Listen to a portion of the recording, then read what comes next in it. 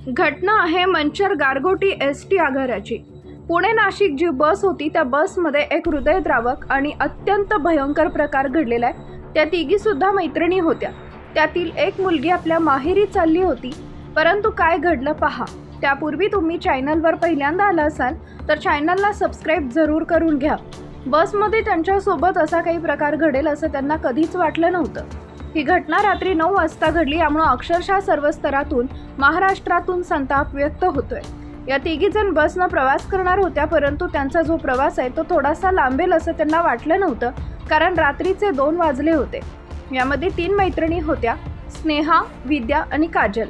या तिघी मोशी येथून मंचर इथं जाण्यासाठी पुणे नाशिक बसमध्ये बसल्या होत्या।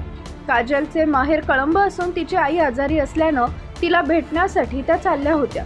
काजलनं स्नेहा आणि विद्याला फोन करून सांगितले होते की आपल्याला सकाळी लवकर निघायचंय, आपण एसटीनं जाऊया कारण माझी आई आजारी आहे। अखेर तो दिवस उजाडला।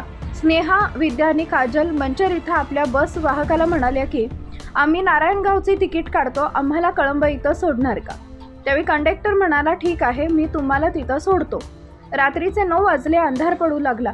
काजलला आईच्या प्रकृतीचं टेन्शन होते, तर स्नेहा आणि विद्या तिची समजूत काढत होत्या। गाडी मंचरच्या पुढे लहरे बाह्य वळणावर आली असता रात्री 9 वाजता वाहकानं अचानक त्या तिघींना तिथंच उतरवलं।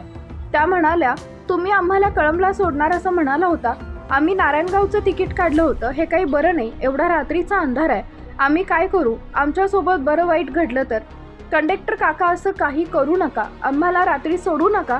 त्या वारंवार विनंती करत होत्या, परंतु बस वाहक म्हणाला आम्हाला या भागाची जास्त माहिती नाही, तुम्ही याच ठिकाणी उतरा, तुम्ही तुमचं बघा। त्या तिघी प्रचंड घाबरल्या होत्या। दरम्यान तिथं अयूब शेख नावाचे पत्रकार होते, त्यांनी हा सर्व प्रकार पाहिला।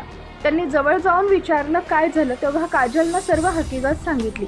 शेख यांनी त्या तिघींना सुरक्षितपणे कळंबा गावात सोडलं। अंधारात उतरवल्यामुळे या महिलांना काय करावं हे सुचत नव्हतं, त्यामुळे महाराष्ट्रातून प्रचंड नाराजी व्यक्त केली जाते। एसटी आगाराकडे अद्याप तक्रार आलेली नाही, परंतु तक्रार आल्यावर कारवाई केली जाईल आणि सर्व वाहक चालकांना अशा सूचना दिल्या जातील।